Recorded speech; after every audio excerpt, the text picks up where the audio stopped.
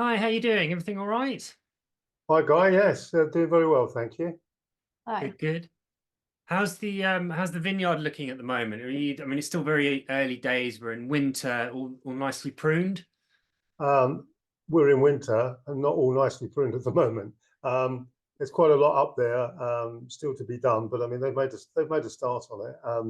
I suppose we're about a third of the way through now, but it's looking as you would expect this time of year, looking very wet, very very rutted because of what was happening during harvest. So yeah, it's going to take a little while to settle down. We need a few good dry days, I think. Yeah, no, that's a good point. Sorry, I meant to say to taken back, and it's all because they're at this time of year they're almost on hold, aren't they? It's like conserving all the energy for That's right. when the summer kicks in. So, Yeah. can you give Yeah. us a quick rundown on your careers, how you got into wine and the project to date? Sure. Okay. Well, I'm Graham Martin. This is my wife Caroline. Like I say, our way into the wine business is slightly different to most that you talk to. I mean, most people have either been brought up on farms or have some sort of wine industry background. Um, our sort of pathway through is slightly different to that. Back in 2009, I went and had a meeting with my cousin who lives in Stowe Mares, my cousin Roy, and he took me for a little walk on the land adjacent to his property, and was a little bit concerned that it was going to be sold and may go for development or for other purposes. And he said to me, having lived there by that time for about 30 years, he said, "Look, I've been thinking it might be a good place to try and grow some grapevines." Okay. So as an experiment and also just to see what we could do first of all. Um, so yeah, I mean, it sounded like a good idea. Didn't sound unreasonable on the basis that we thought, well, any money we put in, we would know pretty quickly if we weren't going to do something, and could probably get rid of the land, which would appreciate obviously in value. So Roy got together eight of us, some locals from the village, myself and himself, and we funded the purchase of 30 acres of south and southwest farmland, which hadn't been farmed since the end of the Second World War. So it was meadowland basically, All right. and got some experts over, because you have to remember at that time in the there we're in, there were no vineyards other than New Hall. I think our friends down at Clay Hill were starting off. I just started off, but there was nothing in the area at the time. So we had some people come and have a look, and they, it's fair to say, were fairly cool on the subject. That didn't hold out much hope for what we could do there. So we planted anyway. We thought, well, we'll give it a go. So we planted our first field of about 4 or 5 acres, and we planted the elements to make a traditional sort of champagne style wine. So we planted Pinot Noir, Chardonnay, and Pinot Meunier in the proportions that we thought were right. And we nurtured those. We went along and we were sleeving all of those individually when we planted them, and thought, well, okay, this is the start of the experiment, if you like. And Roy got in touch with Denby's and told him what we were doing, and they were quite interested in this new venture, and said, well, keep in touch with us, let us know what you're doing, and we'll see how it goes. So the end of our 2012, I guess, we had our first harvest of grapes. We had about 3 or 4 tons, I think. And Denby said, yeah, okay, we'll take them. And they actually put them with their specialist winemaking arm, which is Litmus. Okay. And they used those, made some wine with those. And that wasn't the Pinot, was it? That was No, their, that was their own wine that they put together. I'm not sure what that was in 2012, actually, because we didn't really get much involvement until the next year. That's right. So anyway, it was taken, it was used, and it obviously was satisfactory. And in 2013, remember, we were still thinking about making a sparkling wine. When we had our 5 tons, our princely 5 or 6 tons that year, they took those and said, actually, your grapes are very, very sweet, and we would like to make a still wine rather than a sparkling wine. Yeah, okay, fine. and they made a Pinot Noir Blanc de Noir, which they had half of and we had half of. And that was our first wine, our first foray into the wine business. And I mean, we're going to taste a Pinot Noir Blanc de Noir today. But so that was the very first thing we did. But what it showed us was that we could actually achieve really high sugar levels, high sweetness values, which was the ideal for still wine production rather than sparkling. I mean, the story is a bit more detailed than this, but basically from that point on, we actually decided that we would plant the classics for still wine production. And over the years, we have planted the full 30 acres, which is now about 22 acres of vines, with the classics. So Pinot Noir, Chardonnay, Pinot Gris, and Bacchus. And that's the vineyard in total. But we started off with the Blanc de Noir. We then followed on. We did make a sparkling, or rather, Litmus made the sparkling for us, which is a sparkling Chardonnay Blanc de Blanc. Excuse me, Blanc de Blanc, and that was well received. And from then on, we've just moved forward, making wines in good or exceptionally good years, small batches. But predominantly what we are producers of really good fruit for still wine production. And 85%, 90% of our production goes off to other manufacturers or other wine producers. So that's the way I got into this business, through my cousin Roy, who was the mastermind behind this. This was his brainchild. I'd come from a sales and marketing background. I was director of corporate communications for a large multinational telecoms company, and then I ran my own communications consultancy and production company for about 12 years. So I was working on the periphery of the vineyard with Roy on things like the sales and marketing side of things. Got involved with negotiation meetings with people that wanted to buy from us and people we were trying to sell to. Caroline was involved in the social media side of things, and yeah, that was really our sort of life within the Martin's Lane until last June, when suddenly Roy sadly died, and we stepped into the breach. So we now run Martin's Lane, the two of us, for the benefit, obviously, of the partners, and trying to carry on the legacy that was set up by Roy.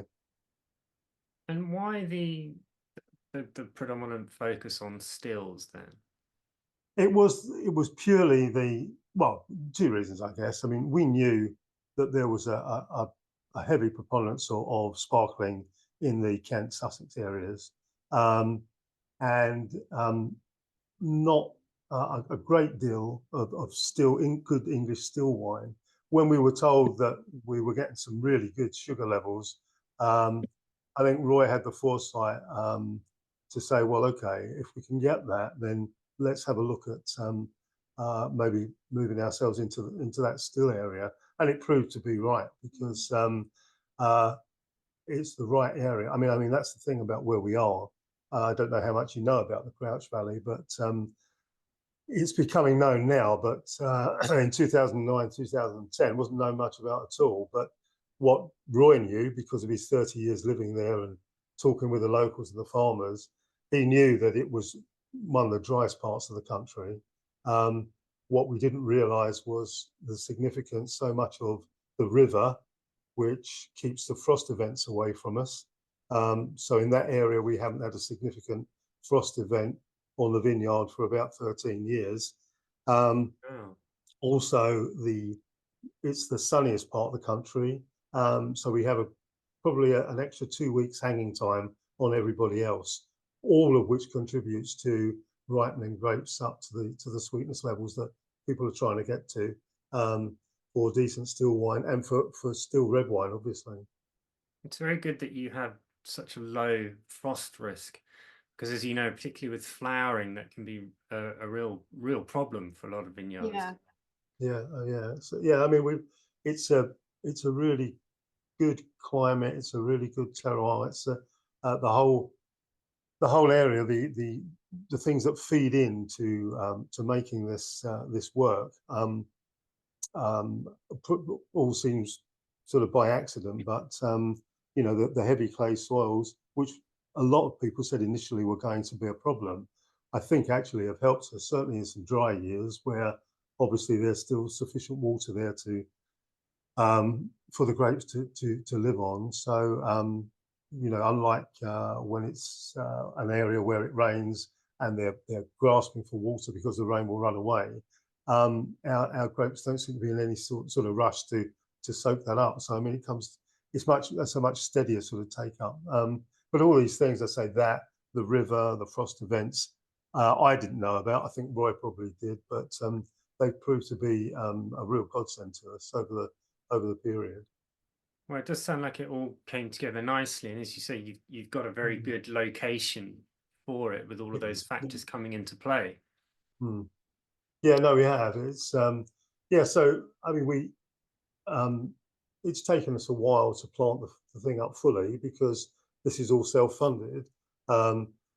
So as I say, we've done our final planting now. We planted our last fields 8 and 9 with Chardonnay and Pinot Noir, and we're full up now. So it's a question of seeing those mature and develop properly, and hopefully, you know, getting the right sort of level of grapes that we've been getting over successive years. Because what we seem to be becoming known for is the provision of really good quality fruit, which, you know, obviously is our mainstay. I mean, our wines are really important to us, obviously, but what we supply to other people is equally as important. Well, and if you're getting that high quality fruit, as you say, I mean, perhaps increasing your own production. I mean, who knows? Yeah. I mean, that's a slightly different model required for that, a financial model. I mean, it's quite an expensive, well, as my cousin used to call it, sport. It's hardly that, but yeah, it's something that we look at, but you know, we sort of try and judiciously plan for just the right amount that we have. And as I say, our grapes are very sought after. I mean, that's the problem. On the one hand, it's the finances of actually making our own wines in greater quantities, but it's also the fact that we are supplying people who there's a lot of people clamoring for our grapes. So every year it's that sort of, you know, judgment of Solomon, trying to meet them out sort of equally. It's yeah, it's quite a practice, but there we are. So, where would you like to start then with your wines? Well, I think, as I say, we've got 7 wines in the range: 1 sparkling, 2 reds, and 5 stills. But I have an affection for the Pinot Noir Blanc de Noir, which was our very first wine, and this is our 3rd vintage of this. We've got the bottle here. I should also say that you'll see on there the labelling. The label's got the Martin on it for Martin's Lane. We did our labels through Amphora with Neil Tully. Neil Tully, who's also a master of wine, writes all of our tasting notes. So as soon as we have a wine come on stream, it goes to Neil, and we use his tasting notes for our notes. But I think he's done a really good job of the range there, and I think our brand identity is very strong. It's quite classical, but it's quite elegant as well. Can you just talk about the bird, sorry, a little bit more, the symbolism of that on the label? Well, it's a house martin, so it's that's synonymous with Martin's Lane. And I mean, we'll give away the trade secret now. Martin's Lane, although I'm Graham Martin and our founder was Roy Martin, it has nothing to do with us. When we were looking around for a name, we were talking to the partners who were fairly easygoing about a name. And Roy said, well, across the land where the vineyard sits is a track that went between Lower Martin's Farm and Upper Martin's Farm back in the 1800s, still on the old maps. So why don't we call it Martin's Lane? So we have, which I have to say it's convenient for our cards, but beyond that, it's that's where the similarity ends. So well, it's yeah, still about so a place, isn't it? And that's the point. It's where your vineyards are and what they're represented by. No, I like it. I think it works. right, yeah, Yeah. well, and you'll notice that all of our labels have Crouch Valley on them, and Roy was very keen on promoting ourselves and the area that we were. And in fact, we were the first people to use Crouch Valley on our labels on this first iteration of the Blanc de Noir. And you will find that vineyards in the valley now are mostly all putting Crouch Valley on their bottles. Yeah. So it's actually becoming a recognised sort of region, if you like. So let's try the wine then. Let's go. Okay. Yeah. So this is the Blanc de Noir 2018. It's made from, obviously, Pinot Noir, a couple of clones, GM1 and an A2107. It's a 40% press, so to obviously retain a white colour. It's quite a deep white, isn't it? Some people say they can detect a little hint of colour in there. I can't, but I can't see any red in there. But yeah, it's an interesting wine because we were actually showing some clients around a couple of days ago who own a large grocery store up in Sandbach in Cheshire, and they've got a big English wine collection, and they were adding ours to it. And they tried this. They also are delicatessen and cheesemongers and whatever. And the guy there said, yeah, he said there's a real sort of aroma of sort of dairy and sort of creamery in there. And that's what I get. I don't know what you get from that, but certainly that's there along with some floral notes. But then on the palate, I think you will find there's a definite touch of vanilla in there. There's some light oaking in this. But it's, to me, it's, if you take your mind back to sort of 2013 when this was our first wine, for someone's first tour out, that's a very sort of grown-up wine, I think. And as I say, it's been consistent vintage on vintage, that it's got that complexity, if you like, of that slight dairy vanilla feel to it. Quite silky, creamy, very, very full-bodied to me, anyway. But absolutely, I mean, it's got a wonderful nose as well. There's a lot of aromatic characters going on there, and it's very fragrant, but really well balanced. There's not too much that is out of kink.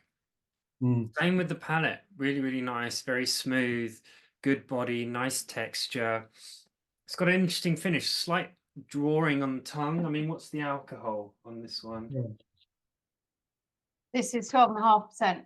Okay, so normal, fine. Yeah. But nice finish, still going. It's good. Yeah. Well, I was expecting it to have a bit more, like a bit more citrus, which can be quite the norm within a lot of English stills, but not so much for this one. It's nice. It's almost like it's more leveled out. It's smoother. It's calmer. It's again, it's very full for an English white wine. It's got the nice body to it, or a nice body, excuse me. Well, it's another one like I was watching one of your previous interviews with the lady, America Brewer, where she was talking about the Pinot Meunier and how it plays with your head because of the obviously the red fruit on the nose, but then a white wine, and this does it. This does some of that to me as well. It's there's real sort of red fruit cherries in there, and yet it's a fine white wine. I mean, I love it. It's a really interesting wine to me, very drinkable, but it's got some heft, I think. What I think is rather interesting now, I'm getting like nectarines, which I wasn't expecting. Yeah. Which is really, really lovely. I mean, perhaps a bit of soft peach, but I'm really enjoying the fact that there's not a huge amount of citrus, and that there is more development. There is more riper fruits, sort of apricots, peaches, which I wouldn't expect for this, because that's much more of a hot climate thing. I think it's good because, ripeness, as I say, the area we're in, as I say, the long hanging time, or the longer hanging time, gives us some interesting flavors to play around with, I think, because obviously there's a bit more sort of a phenolic ripeness going on there, because things are allowed to develop for a longer time. So I think that's a plus point for us there. And I know this year, 2023, the harvest there, whilst very abundant, obviously the sugar levels weren't as high as they should have been everywhere. And I know that certainly one of our winemakers, Freedom of the Press, Gavin Carver, he's using the exact same clones from the exact same field to make a Blanc de Noir this year. So so that'll be interesting to see the similarities. I think how much aging have your wines experienced? Remind me, is this which vintage is from? So 2018, which was your 2018, yeah. It was 2018 harvest, and it came out in 2020, middle of 2020. And so remind me, when was your first wine produced? From which vintage? 2013. Okay, so how have I'm just very curious to see how this is going to develop, because it's already got a bit of bottle age on it already, but I think this could go for quite a bit longer. Well, it will go. I mean, sorry, go on. We were looking. Certainly, the winemakers are saying that they reckon this is, good for 8 to 10 years. So that's what I was thinking. Yeah, absolutely. And that's why it'd be interesting to see what your first wines are like as well, because they'll be getting to that. Yeah, I don't know whether we've still got a bottle of the 2013. I know there was one around there, as rare as hen's teeth, but someone did have a bottle, but I don't know whether that's still around. But yes, it would be really interesting to try that now. I mean, that's the thing. I mean, bottle aging and you can notice it just over a year or so on some of these, how they're developing so well. I mean, obviously everything is unchaptalized. I mean, that's all natural sugars in there. But yes, that's probably in the prime of life, if you like. That's sort of 4 years, and that's got another 5, 6 to go, I guess, before you see any deteroration on that. Yeah. So that's a very nice wine. It's if you can wait that long to drink it. Sorry? So if you can wait that long to drink it, it's yes, fine. Exactly. Yeah, no, so that's very pleasing. Yeah. Yeah, I wanted you to try that because, as I say, all of what we have really started from that bottle, not that bottle, but that wine, and that's really what took us down the still wine path. And obviously we've learned a lot along the way. I mean, I have to say that, as I said, Carol and I took over in June last year, so all the groundwork of all of this sort of stuff has been laid by my cousin, and also, we have to sort of recognise our winemakers. I mean, John Voronchek and Matthew Ertzinger at Litmus Wines give us that continuity, and their style is prevalent through this. So I think it's the combination of the quality of our fruit and their style of winemaking gives us our sort of stable of wines that we have, which is our identity. I think there's an underlying sort of elegance to all of our range, which comes from those two elements.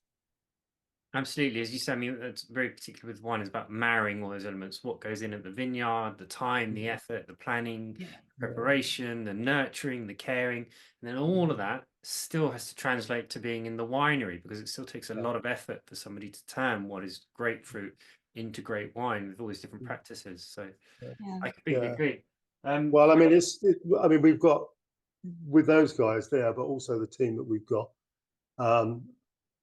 working on the vineyard. I mean, we use Duncan McNeil, McNeil Vineyard Management, and I mean, his attention to detail and his attention to quality is second to none. So I mean, it's we know we're in good hands there as well. So you know, as you say, it's the marriage of those two elements. But if you've got good people in both, then you're winning. Yeah, Absolutely. he looks after quite a lot of the vineyards in the Crouch Valley area. So he's very well respected, very well known in the area, and also others, but he's predominantly in the Crouch Valley region.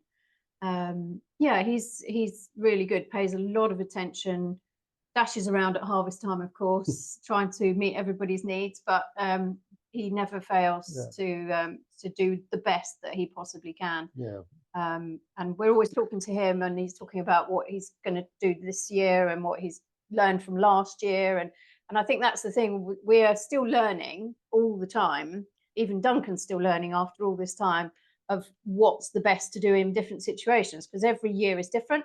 The harvest that we had this year just gone was so unlike any other harvest I think that anybody's seen, due to the sort of wetter late season, perfect flowering at the beginning of the season, which meant that the bunches were pretty huge. I mean, we normally have bunches that weigh what, 1.5 kilos, 120 grams. 120 grams. And they were 350. And they were 350 this year. Okay. So they were big bunches. So that then takes a lot of management as well to get the right fruit. We drop a lot of fruit to get to the right ripeness levels. So it's you've got to pay constant attention to what's happening up there, and Duncan certainly does that. Yeah. Yeah, I mean, that's right. We do take quite a draconian view on dropping fruit, unfortunately. I mean, it's heartbreaking, but if you want to reach the levels that we get to, and we're looking at oxidar levels, you know, in the 90s always, the exception obviously of 2023, but you know, our wines are made with fruit that's at 94, 96 OE, but you have to drop so much fruit. And you know, we dropped to something like 2.5 tons an acre. So okay, wow, it's very, very harsh, and that's why, you know, you have to pay so much attention to the quality of what's remaining, because if that goes wrong at the 11th hour, then you know, we're not in it anymore. So, but touch wood, it's that's the way it works for us. But it actually has built us a reputation for such good quality fruit. But that's the point. It's the commitment to a certain style, to your integrity, to what you're doing and pursuing. And wine is a long-term game. You know, there's nothing short about it, as you know, from buying the land, nurturing it, planting, letting the vines grow, making wine. It's very lengthy and continues on. So it's yeah, I'm not surprised that that's been your approach. Let's jump on. Let's go. Sure, yeah, let's go for the Chardonnay. Yeah.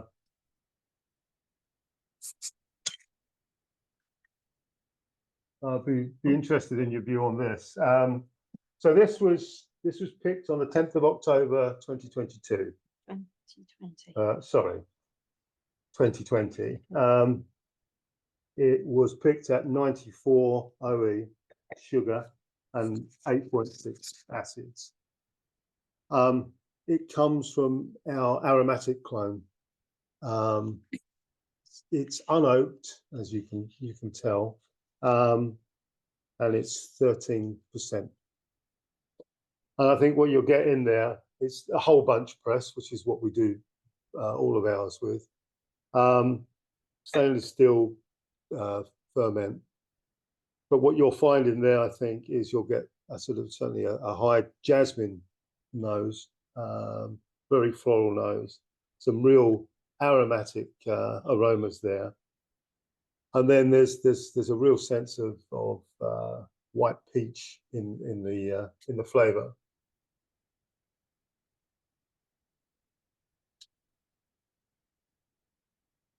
Similarly with the first wine. What I'm sorry, whilst you were talking, obviously I was just doing the aromas and then in the palate, but again, there's a nice bit of body to it, and that's the first thing I wanted to mention was just how full the wine is, which is really pleasing. I always find that really interesting with English wines, particularly the stills. Yeah. Very fragrant nose as well. It's there's a lot of fruit there again, but it's not too unbalanced. It's very smooth, like soft. Yeah. And also it's like cooked fruit as well, not as huge amount of citrus like I was expecting. Yeah, I think that's the thing. I mean, you sort of have citrus sort of synonymous with a lot of English, and also apple and lemon and things. But yeah, there's not a lot that there's a slight sort of touch of lime when you taste it, lime and peach, I think. But as I was going to say, there's much more peach and nectarine and yeah, almost like Yeah, a blood stone grapefruit as fruit. well. yeah, it's yeah, blood grapefruit. That's a good description of that.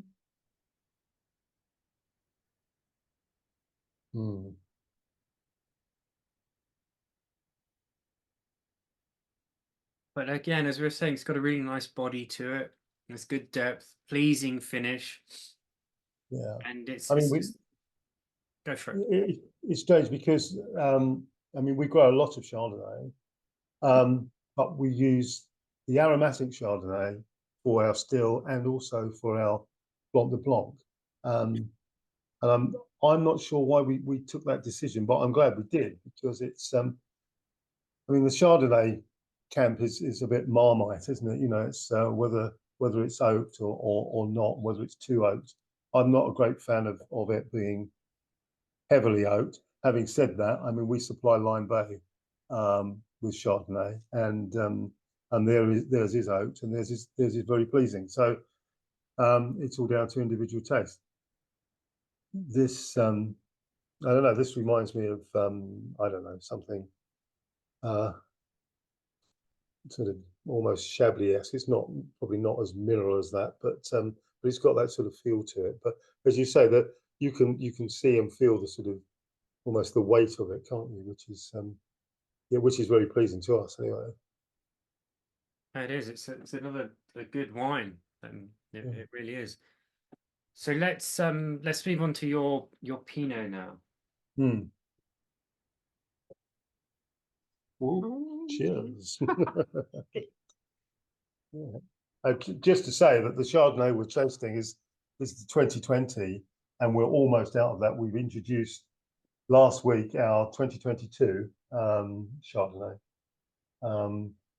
which was obviously a much warmer vintage, sunnier vintage, and that's I think you'll find that equally as good. So be handy to try that at some stage.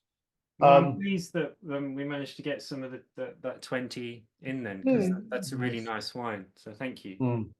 No, pleasure.